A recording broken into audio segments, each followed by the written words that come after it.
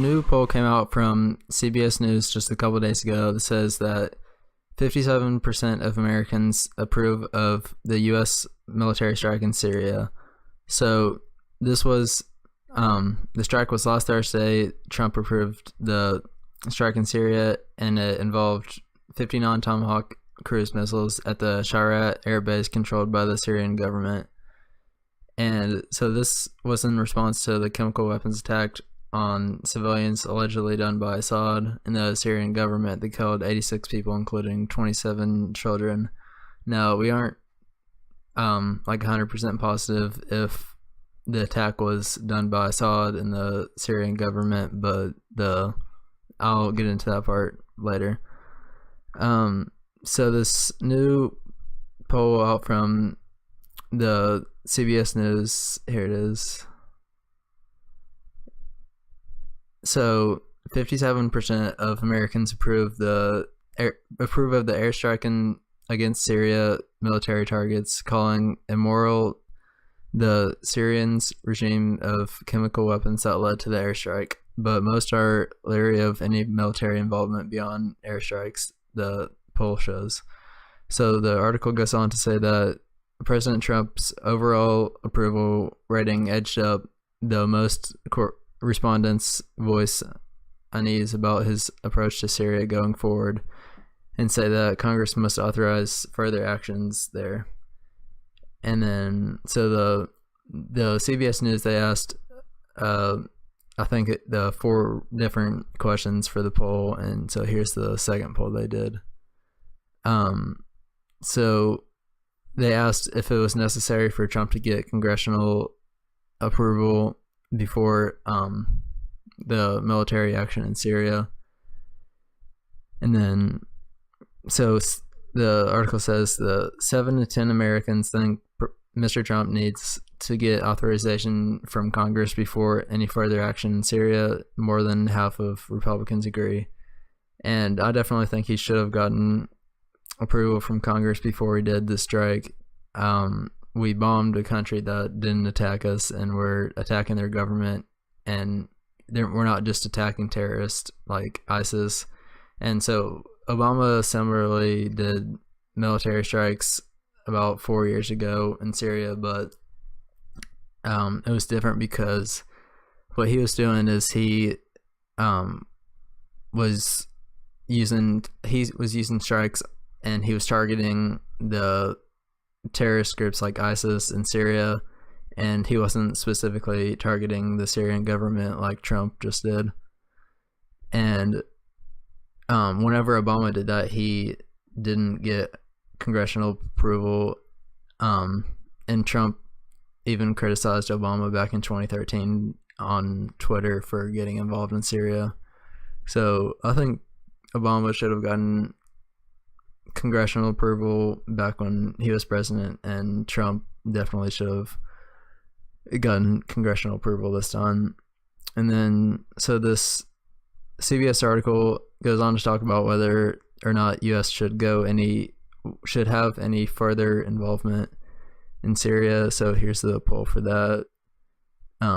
They asked, how far are you willing to see the U.S. go in Syria? So the article says few Americans are willing to see the U.S. get involved in Syria beyond the use of airstrikes. Only 18% would want ground troops. Half of the Republicans would limit involvement to either airstrikes or diplomacy, and Democrats largely would focus on diplomatic efforts.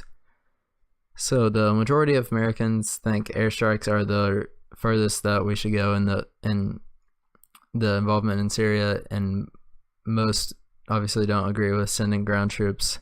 But in the 18% that do support ground troops, the majority of them are Republican.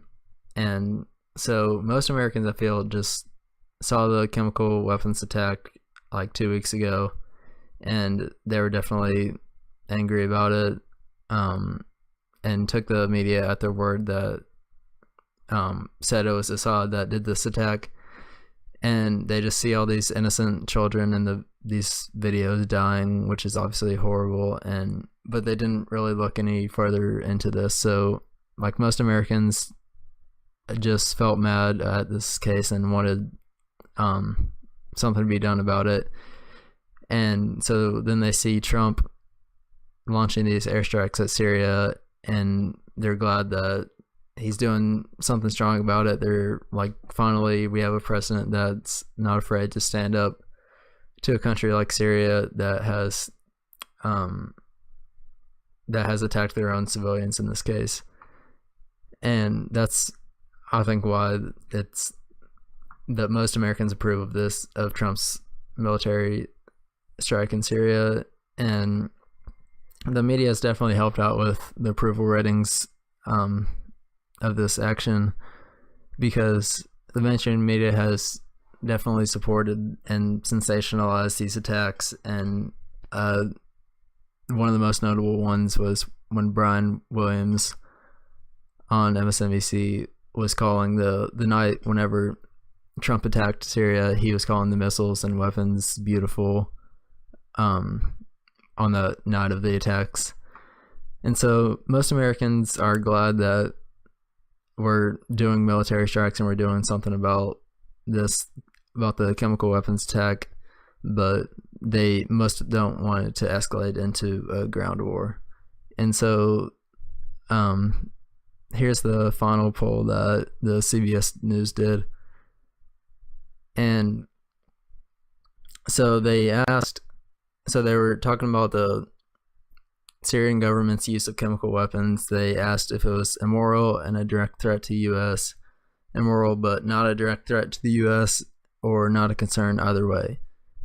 And then, so the article says Americans support last week's U.S. strike in part because most say the use of chemical weapons is immoral. There's more division on whether it constitutes a direct threat to the U.S., and I don't see how this is a direct threat at all. It's a foreign country using chemical weapons, which is definitely terrible, but that, like, I don't understand how that involves the U.S. at all. How is that a threat to the U.S.? I mean, the U.S. has been bombing ISIS, which is in Syria. They've been bombing parts of Syria for a long time. And they've been wanting to overthrow Assad ever since he took power. And so I would agree with the second option in this graph, that chemical weapons attack was definitely immoral, but it's not at all a direct threat to the U.S. So I don't agree with Trump taking these actions in Syria, especially since he's attacking the Syrian government. It escalates tensions with Russia since Syria is Russia's ally, and there wasn't enough information, I feel like, on the chemical weapons attack supposedly done by Assad to constitute this military strike. I think there definitely needed to be further investigations before any military actions took place. There are a lot of sort of suspicious and interesting things about this chemical weapons attack that's going to be done by Assad and the Syrian government. So the civil war that's currently going on in Syria has basically been won by Assad and the government. They've basically defeated the rebels. They have control of the war, and they didn't need to resort to a chemical weapons attack. And using chemical weapons would seem like a desperation move. Like, if you were about to lose a war, it seems like using chemical weapons would be something that you would do. But using chemical weapons would get a lot of attention from other countries, and other countries would get mad about it. And Assad just didn't need to use chemical weapons against the rebels. So also in 2013, Syria agreed to give up all their chemical weapons, although they could have definitely violated this and just used the chemical weapons anyway and got them from some other country, and they could have just violated this and used them anyway. And so also in these videos of the children being washed off from the sarin gas, there's some people that pointed out suspicious things, such as the rescuers. They were trying to help the kids. The rescuers were not using proper safety gear. They weren't using gloves when handling the kids, and they just seemed to have little concern for their own bodies and their own skin touching these children that have this greatly dangerous sarin gas on them. Here's another suspicious thing about the whole gas attack. So Orient TV, which is in this tweet, it's a news channel in Syria. They tweeted out, or one of their reporters tweeted out, that they were going to be covering the chemical weapons attack in Syria, but they tweeted it out hours before the allegations even came out that this attack happened. So the tweet translated to so the Orient TV reporter was saying, tomorrow we are launching a media campaign to cover the airstrikes on Hama countryside, including the usage of chemical weapons. But the chemical weapons attack hadn't even happened yet, so how would he know about the attack? So that's the suspicious thing about this. And we don't know if the attack was for sure done by Assad. It could have been done by some other terrorist group in Syria, or even I've heard some people say that it could have possibly been done by Russia in some secret deal with the US. I mean, there's a bunch of different possibilities that could have happened, but I don't think we should be so quick to blame Assad for this attack. And also, I think people shouldn't be so quick to claim that this attack was a false flag, which would mean that the chemical weapons attack was for sure not done by Assad. I think it's still possible that it could have been done by Assad and the Syrian government.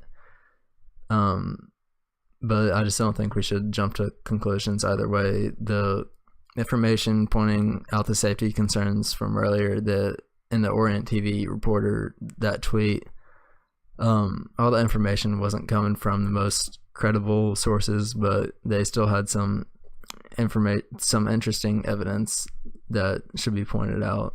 Another interesting thing to point out from Trump's attack on Syria is that the attack really wasn't effective at all. So according to Russia Defense Ministry, only 23 out of the 59 Tomahawk cruise missiles launched by the U.S. Navy destroyers made it to their targets. Such a low efficiency rate, however, did not stop the U.S. Secretary James Mattis to proclaim the U.S. mission as a success. The James Mattis says the assessment on the Department of Defense is that the strike resulted in damage or destruction of fuel and ammunition sites, air defense capabilities, and 20% of Syria's operational aircraft. He said that on Monday. And then, so the majority of victims of the U.S. strike were civilians who live in a village near the airfield, according to government of Homs Tully al-Barazi, who said a total of 14 people, including non-innocent civilians, were killed in this missile attack. So, I mean, the U.S. is just firing these missiles and damages a few Syrian airplanes. That doesn't really have a huge impact on it. But the rest of the planes are still able to operate and they can still take off on the runway. And I've heard other people say that if they really wanted to make an impact, they should have bombed the runway, and so that planes couldn't take off anymore, and so that there wouldn't be any chance for them to commit another chemical weapons attack like this. But instead, the U.S. is they basically are just sending a message to Syria while casually killing these non-civilians. And so the U.S. has had a history of bombing and killing innocent civilians, but they're definitely not as covered as much. And it's just weird how the military just chose to cover this one chemical weapons attack in Syria and make it the biggest story for that week. And while this civil war in Syria has been going on for years and hundreds of thousands of civilians have been killed. And so just in the first month of Trump being president, 30 civilians were killed in a failed military raid in Yemen. And a lot of those civilians were children. And thousands of civilians have been killed in Iraq and Afghanistan wars that the U.S. shouldn't have been involved in. And Obama especially ramped up the drone strikes more than any other president, and Trump's been ramping them up too. But so under Obama, the drone strikes that he did killed innocent civilians 90% of the time. So, like, basically every time the U.S. did a drone strike, there was a civilian casualty, and it was just the whole drone strikes failed miserably, and they caused an unnecessary fear from civilians living in that region. And I mean, so the U.S. is guilty of a massive amount of civilian deaths, and there's only going to be more to come as the involvement in Syria continues. And the civilians are just the real victims of all this, and there really needs to be more extensive investigations and better evidence before the U.S. just escalates the war like Trump has just done.